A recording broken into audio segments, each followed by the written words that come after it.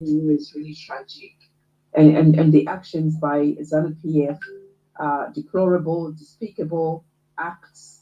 It's a terrorist organization, and the whole entire leadership should be tried at The Hague for human rights abuses.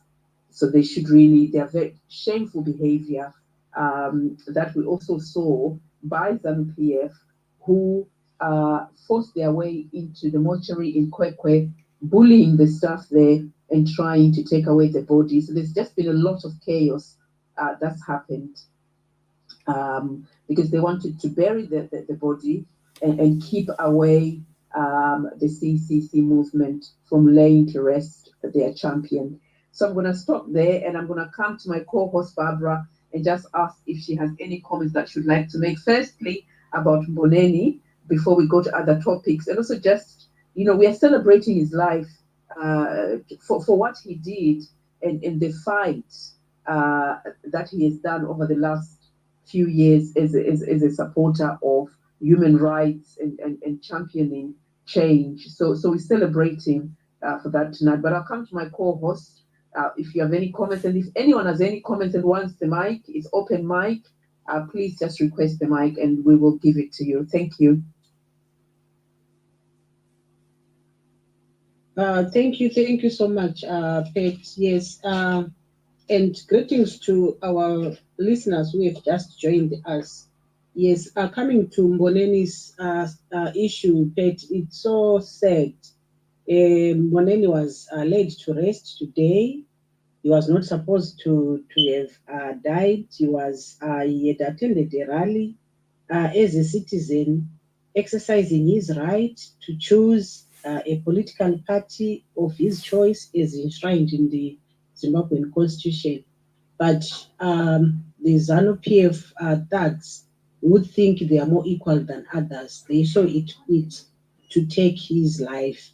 And I've always said, Pet Kuti, what kills a person is time. God allowed that to happen so that we can see his glory. They tried to steal his body, barring the CCC family to mourn with the Ncube family, but we thank God that President Nelson Chamisa managed to go there to his rural home where he was buried, which to me I see as Ubuntu, Unu. I am because we are. Uchema ne wanochema, ukhala lavakhalayo, fara ne wanofara. That's our culture. You know, when I saw the president at Mboneni's family, I see in his humility, you know, I see a bright Zimbabwe, I see a bright future. I see a president who has got people at heart. We didn't even see Mnangagwa, in as much as ZANU-PF tried to steal, in as much as ZANU-PF tried to steal the body, we thought Kuti they were going to own the funeral, and we thought Kuti would even see the leadership if they think Mboneni was killed by the CCC people. They were supposed to be there. It proving to the world that the CCC killed Mboneni, but this did not happen. We know ZANU-PF is very good at propaganda. They can say anything, but what's good for us, Pet, is the power of social media. Every lie that they try to tell is destroyed by social media. Everyone now. Sorry, someone's trying to phone me. Sorry. Oh, okay. Hi, Pet. Yeah, it's okay. You can go ahead. Sorry, someone is trying to phone me, so it's disturbing my space. Sorry about that. So I was saying, Kuti, if ZANU-PF wanted to erase the fact that Mboneni was a citizen. So they knew Kuti, if the citizens took over the burial, it was going to be yellow even at the funeral. So they didn't want that. They killed Mboneni thinking it will end there. But I would want to thank the CCC family for what they did. They contributed for the burial of Mboneni, and Mboneni received a very decent send-off, which is what we stand for. You know, if you are we are the leadership that has got its people at heart, then you know could the country can develop, or the country will develop. The Zimbabwe needs people. Zimbabwe needs leaders that have got people at heart, not selfish leaders who only think about themselves. Look at these Mashurubis. You know, they now think they own Kwekwe. Even people, innocent people who own claims in Kwekwe, the gold claims in Kwekwe, they cannot mine freely because of these thugs, because of these terrorists. So it's like Zimbabwe is no longer safe. Zimbabwe is like we are at war. And I don't know, Pet, when will the international community, when will the SADC, the AU, declare that Zimbabwe is in a crisis, declare that we are not free in our own country? You know, it's so sad that these things are happening. And I know one day this shall come to pass. Thank you. Are you still speaking? No, I'm done. Thank you so much. I think the answer to, when the international community will intervene is that Zimbabwe is seen as a sovereign country. And so they respect that. I remember having a conversation, or I was in an event that was attended by the British ambassador to the UK, and I asked a question about a character that works within ZANU-PF, and who actually are complicit in the human rights atrocities that happen in the country, and they are a British citizen, and what their views were around that. And one of the things they said to me was, it's very difficult, because the British law protects people. So if any action is to be taken against someone, they would have had to do something that was really major. And so because of that, where countries are sovereign, it's very difficult for them to intervene. It's all diplomacy, so they have to be very diplomatic. It's got to be meetings. It's got to be done under the laws of that country and the agreements that all these countries have in how they work and interact with one another. And so I think they do something, but they cannot intervene beyond a certain point. And this is where we citizens come into play. We citizens need to stand up as citizens to speak out, and to fight in the various ways in which we fight. So in Zimbabwe, it's using the constitution and the peaceful protests, which we know never work, because we are talking about Mboneni Ncube now, and we saw what happened at a rally that the CCC movement legally and constitutionally have the right to do, but can never get it done in the way it should, because the regime will always intervene. So there's real challenges there. But I'm going to stop there for a minute now, and what I'm going to do is I'm going to play us another song, because it's Friday vibes with Change Radio, and with our hero buried today, we also want to celebrate what he did, and by being at that rally in Kwekwe.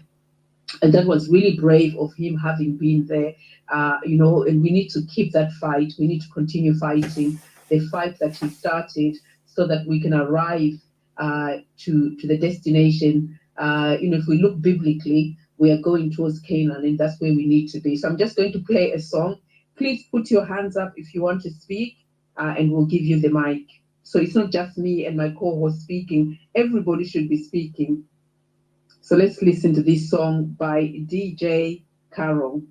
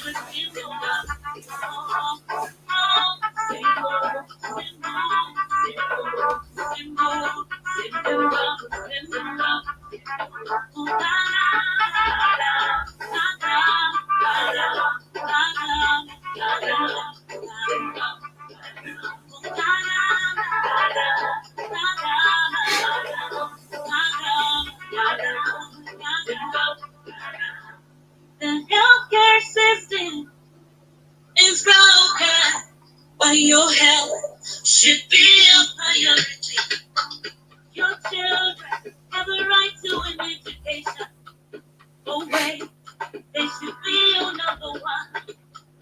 Simulca, Simulca, Simulca, Simulca, Simulca. The yellow revolution has a dream of revolution. Not a me, Simulca, Simulca. The yellow revolution has a dream for revolution. Not a me, Simulca, Simulca. Jamaica, Simulca, Zimbabwe. Jamaica, Simulca, Zimbabwe. Simulca, Simulca, Simulca, yeah, yeah, yeah, yeah, yeah. Simulca, Simulca, Zimbabwe. Simulca, Simulca, Zimbabwe.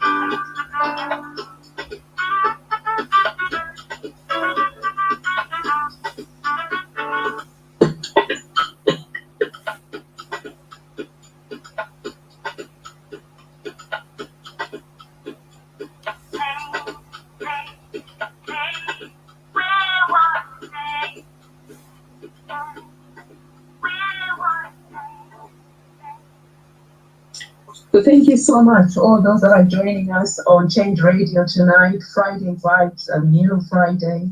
And we're just talking really, it's open mic. We're started talking about Boneni and that gruesome murder that was witnessed in Kwekwe, and the fact that he survived by a young wife and an 8-year-old child. And we are calling out the human rights atrocities that are committed by the regime. And by open mic, everyone is welcome to request the mic and to speak. And so, was there anything else you wanted to mention on here, co-host Barbara, before we move on? I wanted us to talk a bit about Vice President Miti and what we witnessed at his home. No, I think let's move on, Pat. Right Okay. now, where I am, there is noise. I'll speak after you. Okay, thank you. So we've got Mambo Shoshe. Do you want to go ahead, Mambo Shoshe?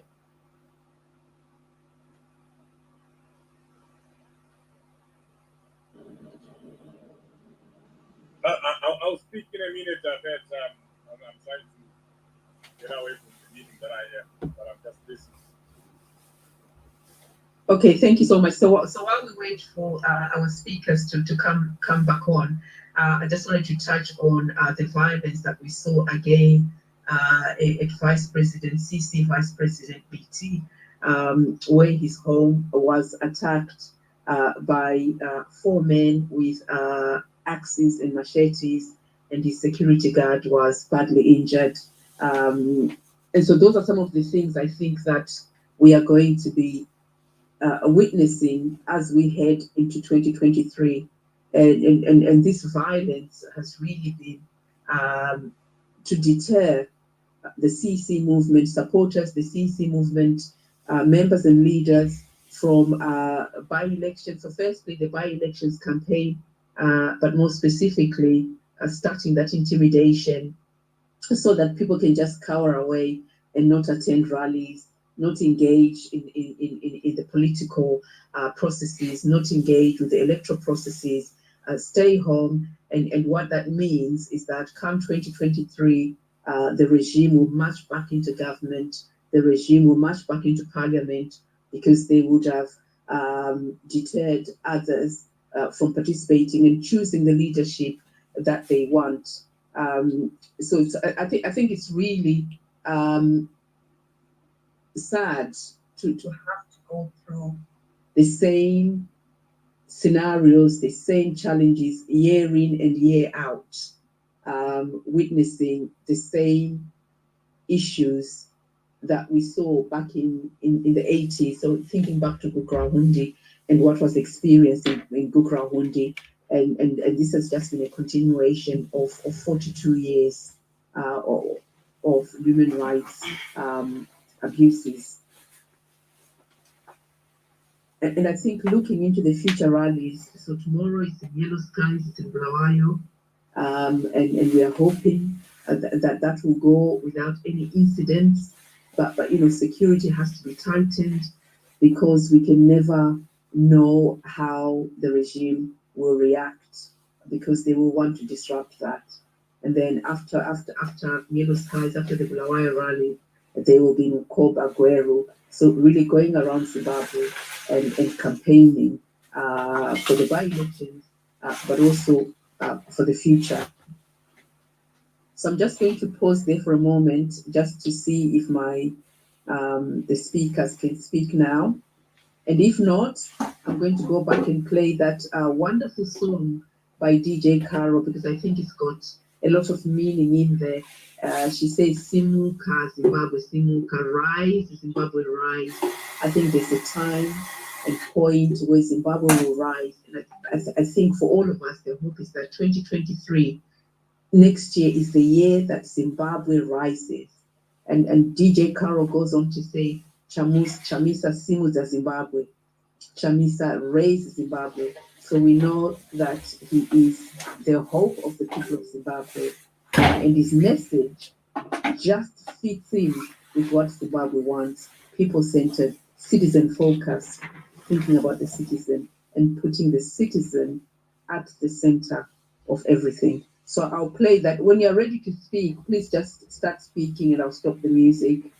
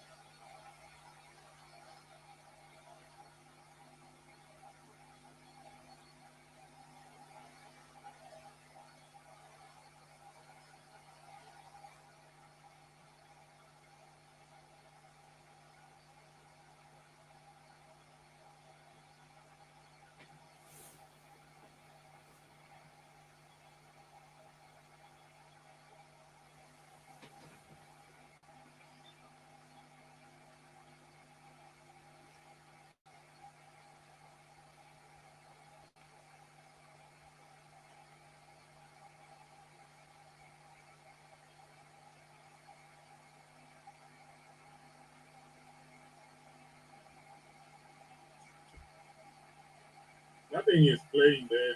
I don't know if it is me only.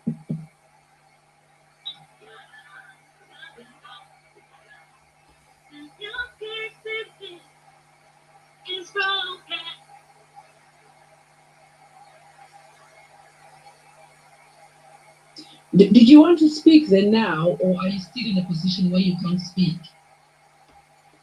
No, I can go ahead and speak, but the song wasn't playing. Oh, it was playing, I was on mute. Oh. Okay, thank you. Yeah, thank you, Patricia and co-host for having this discussion. It was said that to see one of ours being laid to death, one more person dead, one more person gone. I think there are now over 3,000 people that have been killed in Zimbabwe in politically motivated violence. And,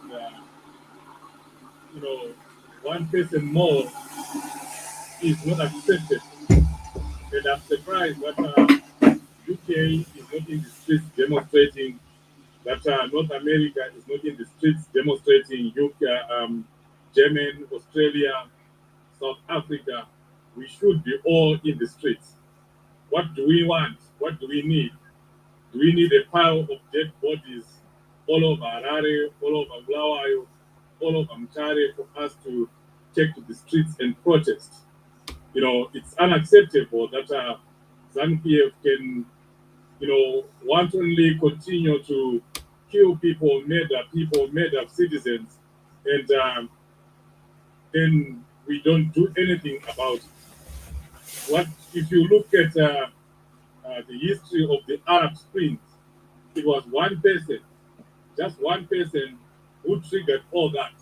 One dead person was enough to trigger other people into a revolution. So we are still here. We're just watching. I'm telling you, ZANU-PF will say, okay, we can kill again. They will go to another place, they will kill. They will go to another place again, and they will kill. I think it's time that we need to start doing something. We need to start telling the world that this is what is going on in Zimbabwe, and it is unacceptable. I heard some people saying the international community should intervene, the international community this, that. But the international community can only come in when we have done our part as Zimbabweans. The international community doesn't just come. It's very difficult for other countries to just intervene, to just come in.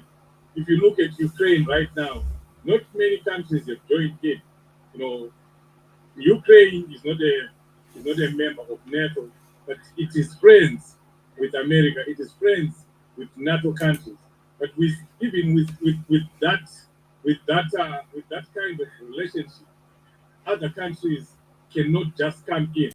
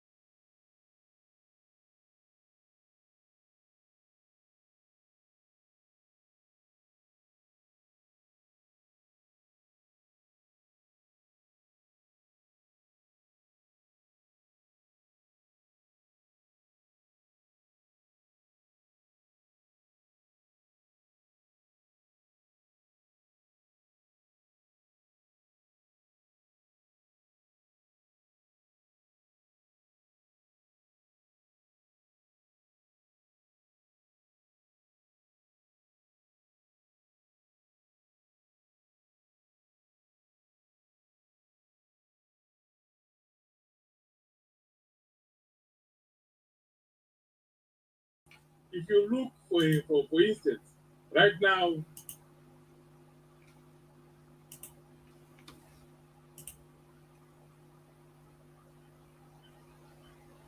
Hello, what's happened to Mambo Shoshe? Have you gone on mute? we have people that are enabling the ZANU-PF regime.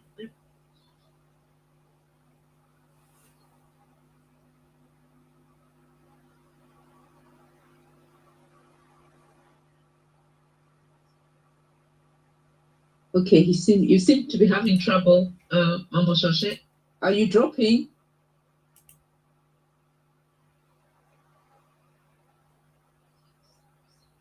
Okay, he seems to be having problem. Can I come across to CC Diaspora Face, please? Would you like to speak? Greetings, Sister Patricia. How are you? Greetings, co-host. I hope you are well as well. I saw Yellow Friday vibes. I thought we would be having vibes, but unfortunately, as Mambo Shoshe was saying, that a lot of events have happened since we held the first Yellow Friday until today. It's so sad that whilst we were seized with other activities, like trying to help the kids who were stuck in Ukraine, ZANU-PF was busy taking a life instead of saving lives at that moment. And it didn't end there. ZANU-PF went forward to attack the security guard of Tendai BT. That can only be the ex of ZANU-PF. I don't think anyone ever is capable of such brutality. For me, that case of the security guard was quite disturbing. Why? Because he's a father. Someone who say, "Let me go assist this." Zimbabwe to become is going to be very difficult. Yes, we are Zimbabweans are sacrificing right now.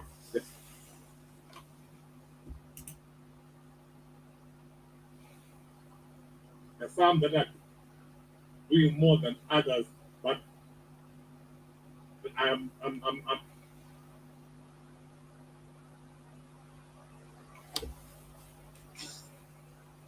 saying we need to. Okay, I think it's dropped off. CC Diaspora, if you want to, let me just connect with him offline. Thank you. Yes, definitely. So I was saying, the security man of our VP had just gone to work like on any other day, but he met some thugs there who came to attack him with axes, and they even went there with a gun. And you wonder, what kind of country are we now living in, where you can just witness violence anyhow, including stuff like what happened when our comrade died. You come to a rally that has more than 10,000 people, and you just start attacking people, and there are 40 of you. All those things, they defy all logic. They are not supposed to be happening. And those are some of the things that when the new government gets into power, they need to address all those issues. Zimbabwe should be a safe place for everyone. And that's what we hope to see. And we should also just keep praying and keep hoping that there won't be any violence over the weekend, because these rallies are continuing. But for me personally, I would say the reason why they are doing all this, it is because this is their last trick in the book. Only violence is left for them. When it comes to votes, we are going to defeat them left, right, and center. They don't have any support. They try to vote buying. Vote buying is not working. People are just taking the stuff, but the triple C is becoming more and more popular. So vote buying failed to work. They tried to go and campaign. They tried busing people. Even after busing people from all over the country, they still have they still feel a small stadium like Rudaka Stadium after taking buses from everywhere. So it means they are now so unpopular that all the ZANU-PF supporters actually fit into Dhaka Stadium. So it's a party of the past. We shouldn't expect anything positive from those guys. And now their last card is violence. That's the only card that they are left with. But we are also going to be so resilient that despite all the violence and everything, we are going to kick ZANU-PF out in 2023. And that's what we hope to see. So since it's Yellow Friday and it's yellow vibes, I say let's not lose heart. Let's keep fighting. ZANU-PF can be defeated. They are even afraid to tell people to register to vote because they know that on the vote they can be defeated. They are even afraid to let people gather on a rally because they know that when people see the crowds, they are going to be defeated. They anything that they've tried, they are so afraid. Even if you send something and they hear it's coming from CCC, including hospital beds or such things, they say throw it away. Why? Because they know that they are going to be defeated, and ZANU-PF is going to be defeated. They go around claiming that we have destroyed the towns and cities. What? Once they got the state power, they would have done something about all those situations. They've destroyed the raw areas.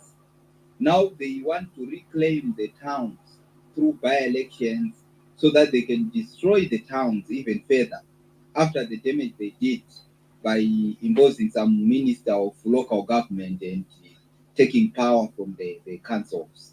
So definitely ZANU-PF, the way it does stuff, the brutality, the violence, it has to be condemned.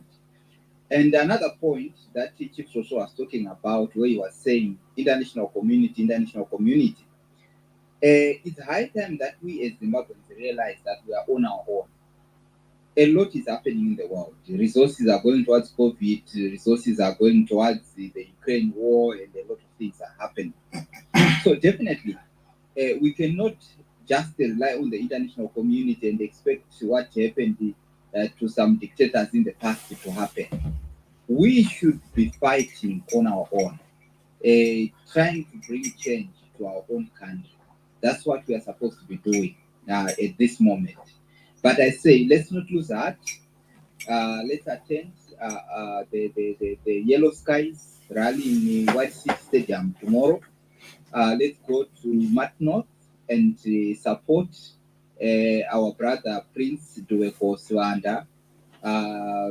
He is a hardworking man whom we know that will have mobilized a very strong rally in Binga there. So let's do our best to support these weekend rallies, and let's not forgive ZANU-PF for the deaths of our comrades. A lot of people have died for the struggle, and they should not die in vain. The only recompense for this is when we deliver change in Zimbabwe. That's the only way we can say yes. Let our comrades' souls rest in peace. Right now, they can't rest when things are now like this. So over to you, host. I just said, let me come and add a few words. So thank you so much. Thank you so much for that, CC Diaspora Face. Really appreciate all of the points that you touched on. And you know, when you touched on the hospital beds, so that was a reality in Chirezi, where beds had been bought for a hospital and they were destroyed by the regime. But before we play another song, I'm just going to ask Hassan to come off mute and speak. So if you want to speak, please go ahead. Thank you. Well, good evening, everyone. I hope I'm audible. I've never had any problems getting reception. I'm not sure if it's my network or if it's just from the space, but people have been going on and off, so I hope I'm audible. On Boneni, that is heartbreaking as a nation. It's heartbreaking as DCC. It's heartbreaking as a fellow human being, first and foremost, because you don't expect such things to happen. And when something like that happens, it knocks in the reality that we are in a war. As much as politics is a word for most people, when people begin to lose their lives, because with politics, we would understand when we invest our money, when we invest our time, but then when you're asked to give your life for it, or when you are investing your life where there's a possibility that you can lose your life, then it ceases to just be politics of words. It becomes more of a war in a way, and it's sad to see that happened. That's the first thing. My deepest condolences to his family, his friends, um, because also at the age that he was, it was very, very sudden and unexpected. Um, the second point that I would like to put out there on the same scenario is because we see that this is happening now, because we see that there is violence now, there is no question or doubt whether ZANU-PF is going to be violent with everyone or not. It's a given. And it's not that it started now. In 2008, we always talk about these stories of long sleeve, short sleeve, and abuses, people being murdered. We speak of them as fairy tales sometimes, and sometimes we're insensitive with them until maybe at least you meet the family or some of the bereaved. But when we look at it now, since 2008 until now, what have we ever really done? I understand one of my brothers was talking about the international community and marching and all that, because there have to be repercussions. There have to be repercussions for when someone loses their lives. We cannot move on to our day-to-day activities as if it didn't happen, or just pass our sympathy. There have to be repercussions, and if it's not going to come through the court, if it's not going to come through the government, then we have different platforms. We have different embassies around the world. We have different places like Twitter and all that. I think we really have to make noise when things like this happen, so that if it ever happens again, if there's an opportunity for them to do it again, they have to fear to do it because they would have faced something before. But now it's more like when it happens, we pass our sympathy, we say we're sorry, and then move on. One of the most disappointing things for me this week was that instead of us really getting into this, we were distracted back into politics. It became a story about Kupe, it became a story about Dr. Washman Milbe, it became all these other things, and then it made the funeral seem very little, like it's no big deal. I think that was a very big mistake. I was very disheartened by that because also we are the people who still going to go to other rallies, and you need to know that if anything ever happens to me, people care. But there was always this saying in people, so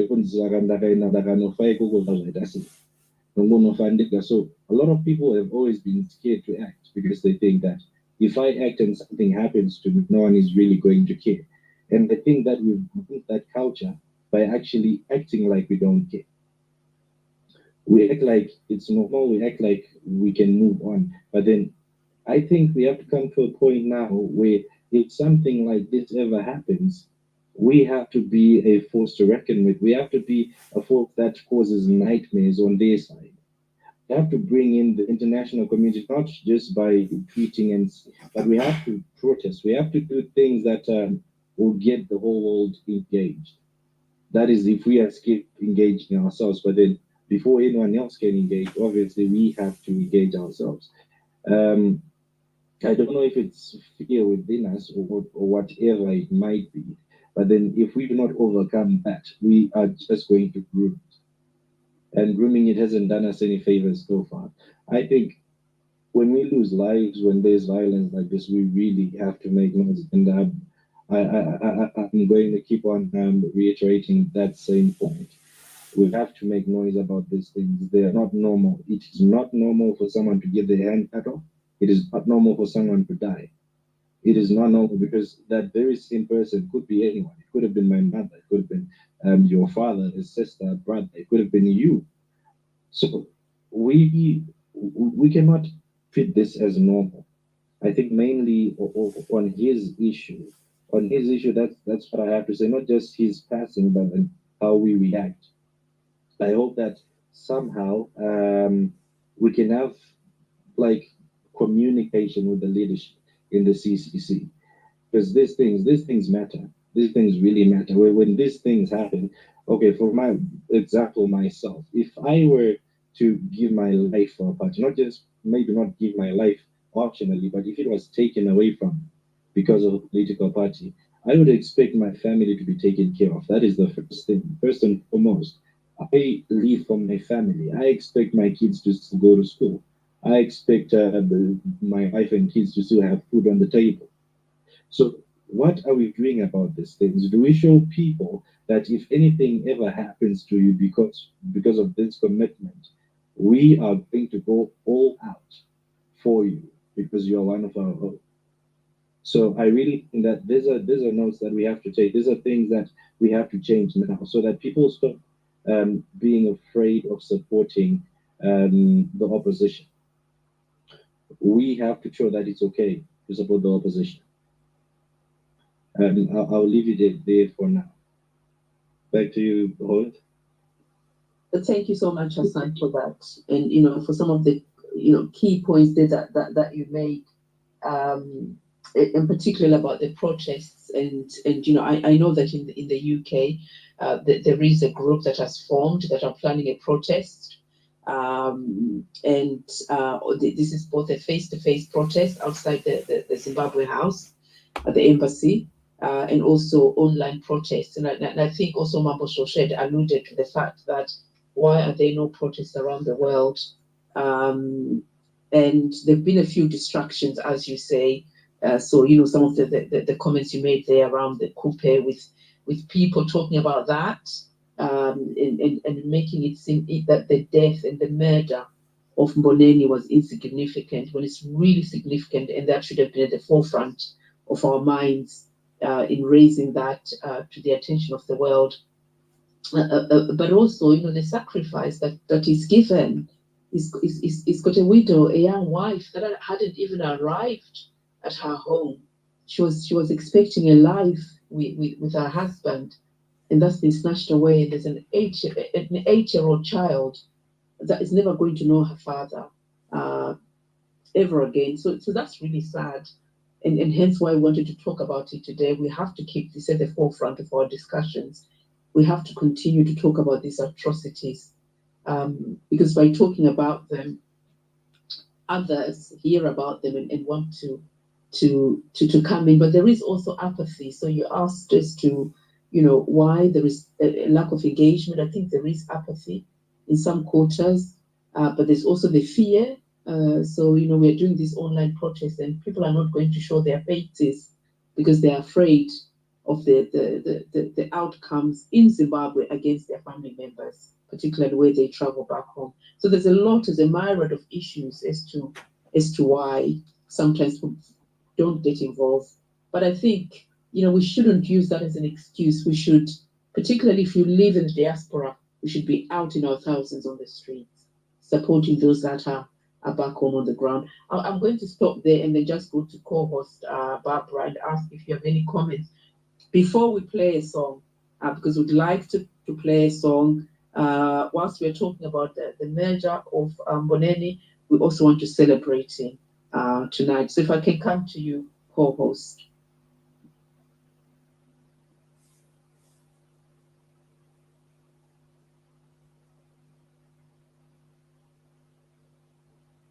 Are you able to speak, or are you still in a noisy place?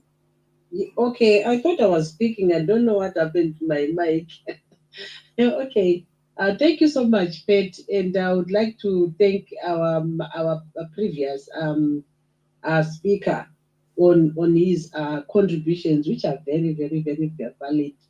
And also, when you speak about solidarity, Pet, I think this struggle that we're in, I don't know whether it's lack of knowledge or it's we people have not been conscientized enough to stand up for their rights, to stand up when one of us has been victimized or one of us has been killed, and also to say, people who are in the diaspora to say they are scared. Inine, I don't agree with that. But how can you be scared when you are in the diaspora? And yet people on the ground in Zimbabwe, they are participating. They know ZANU-PF kills, but if the people in Zimbabwe had the same mindset as the people in the diaspora page, we should not be seeing anyone attending a rally or any meetings page. What we want is to see the stadiums pegged, and then we start tweeting, and this is what are we doing in the diaspora? And I don't agree with the notion to say people are scared because their families back home, and yet our families back home, they are fighting the regime day in, day out. So that's not an excuse. We are lacking somewhere. We are lacking. And President Chamisa said this is the fourth Chimrei. If people think we are going back to the bush and the Chipata putting holding guns in the bush, this is a war. And this war is fought how? It's fought on social media. It's also fought on the ground. So it's also people who are in the diaspora. We have got an advantage of internet, of Wi-Fi, free Wi-Fi. Most of us, we have access to free Wi-Fi. And we should be using that as an advantage to champion this struggle. Look at the people that are here. Pakangoiswa kamwe ka topic, it's a topic that has got nothing to do with the struggle. If it's put there, you'll see there'll be a lot of people there. Put a topic that is relevant to the current situation, we will not see the people coming. So this is the issue. This is the problem with us as Zimbabweans.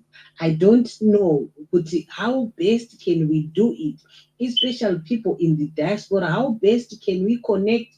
How best can we coordinate to say if something like this has happened, we group, and traveling is not even an issue, Pet. We can travel, but we are so busy. It's like we don't care. But at the end of the day, we want to see numbers. We want to see how President Chamisa addressed the rally at White City. How many people were there, and then we start. We will start tweeting, and we will start being happy to say, victory is certain, and yet we are not doing anything here in the diaspora. And also, I want to touch on the issue of the rally that is going to be in Cholocho, the rally, the ZANU-PF rally. If we have people with relatives in Cholocho, if I had a relative in Cholocho, I was going to pick up the phone and tell them not to go to that rally. And Cholocho was worst affected by Kukura wounds. And then I have my brother-in-law who had his relative who was, he was, the ears were cut. Right now he doesn't have the ear. I can say he's earless. They are just holes. They were cut. The ears were cut. The lips were cut during Kukura wound. This is one case that I know that happened during the Kukura wound era. And the people of Matabeleland, they should show Mnangagwa that we don't want you here because you killed our relatives. You have not even apologized. The people of Cholocho, they must do as like the people of Binga, who have defied all odds. Binga has never voted for ZANU-PF in their entire life.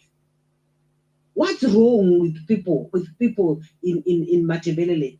There is an issue, an outstanding issue that is there. And I don't also buy to this notion that say they are scared. Scared of what? Scared of what? Why go ululate for someone who killed your relatives? And don't forget that during this Bukuraunde era, Mnangagwa was the Minister of Defense. He was in control. He's the one who commanded the soldiers to kill the people of Matabele and Miglet. So it's not even an issue of would they've forgiven him, because he's never, if you forgive, if you want to forgive a person, that person has to admit kuti akakanganisa, he sinned, he wronged you, and then you forgive each other. But how do you forgive someone who has never even uttered a word about Ukra, who not even apologized, who is busy putting his own people to cover up, who doesn't want the truth to come out? The Kukurahundi agenda, the Kukurahundi issue, it will never end. But if there is no, if they continue put these commissions, the fake commissions that are appointed by Mnangagwa. So we continue our fight. We continue talking about Gukurahundi. We continue, and we are saying if President Chamisa goes to the State House, the first issue that he must look at, the first issue that must be fixed is the Gukurahundi issue. You can't move on when we have got people who are still crying. 30 years, 35 years down the line, people are still bitter. We have got children with no birth certificates. We've got old people with no birth certificate. Where he's going to address people of this? No identity. Their identity was stolen during that time, which is very, very unfortunate and sad. It's a very sad development. And we, as the people, we need to show Mnangagwa, we need to show him that we are not happy, the people of Zimbabwe are not happy. And I'm so, I become so angry with these people that are given 2 cups of rice in 5 years, after 5 years, and then they start singing, chanting slogans, ZANU-PF slogans, and then after, when the elections are over, when they voted as ZANU-PF in, they disappear, and then they come again after 5 years. They vote again for ZANU-PF. I don't know whether the Zimbabwe is cursed. Is it a case or what? It's so sad. Thank you. Thank you very much for that. It's very difficult to understand it, isn't it? But when we look at the rallies, the ZANU-PF rallies, and the people that go and attend those rallies and ululate ZANU-PF, it's really sad. It's a sad state of affairs. And so they are bussed around from country to country, or from town to town, and given money, I think maybe $10 we hear, and then given lunch, and it's a sad state of affairs, because those are the very individuals without employment and can't afford to take their children to school, can't afford medical fees, they have no pensions. They live in poverty. You can even see it etched on their faces, and yet they will still sacrifice to get onto those buses and to go into ululate a very uncaring regime, a very uncaring rulership that does not have the people at heart, that exists to siphon money out of the country, who are corrupt, and who are not building Zimbabwe. It's 42 years this April, and the whole infrastructure is completely destroyed. So that is sad. But I'm just going to ask Susan to come on and speak. Thank you, Susan. Hi, thank you guys. Yeah, I just want to say something anyway about with ZANU-PF, like those people who attend the rallies, and so we understand that these people are being taken from some of the areas where are like deep rural areas, And you understand those areas, sometimes they are being run by those sub-groups, the chiefs. So some of these people, they don't want to go, but they just have to do it because they're being forced to go. It's like, let's say if you're living in very deep poverty, they are told that if you don't go, you're not going to get some things like, donations which have been given in those rural areas, they are money allocated in those areas.